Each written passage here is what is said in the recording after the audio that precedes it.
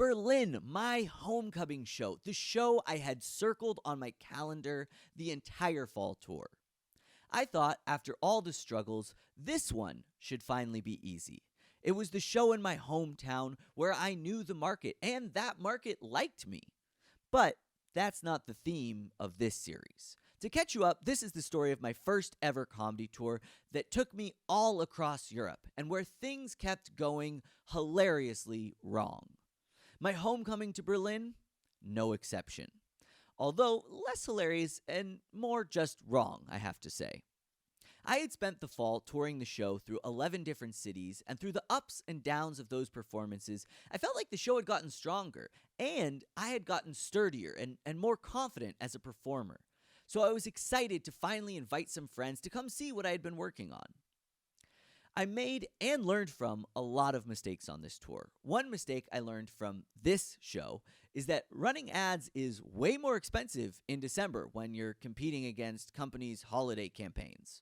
But my biggest mistake were my expectations. I had set them to a sell-out level, a prize for making it through the gauntlet of shows that I had done, and a chance to make back some of the money I had lost. So when I only sold 36 tickets, I was pretty disappointed and a little nervous for the show. Looking back, selling 36 tickets is an honor and more than enough, but that's the problem with high expectations. I was back performing at my home club, The Wall, a place where I always felt comfortable and that had always believed in me. I had sold it out back in August, which had been the perfect energetic launch into the fall tour. And now I was coming back to a half-empty and energetically cold audience. There also seems to be a law of the comedic universe that when you invite your friends to see you perform, it's not the show you would have wanted them to see. I did my best, but it was hard not to feel like I was struggling as I could specifically hear the individual laughs of each of my individual friends.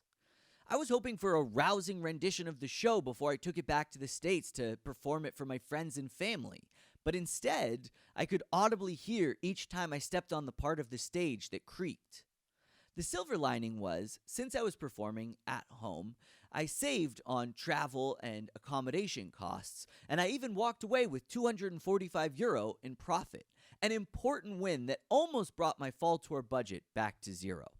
Like and follow for the next stop on the tour, America, where things go gun-totingly wrong, and in front of all my friends and family, too.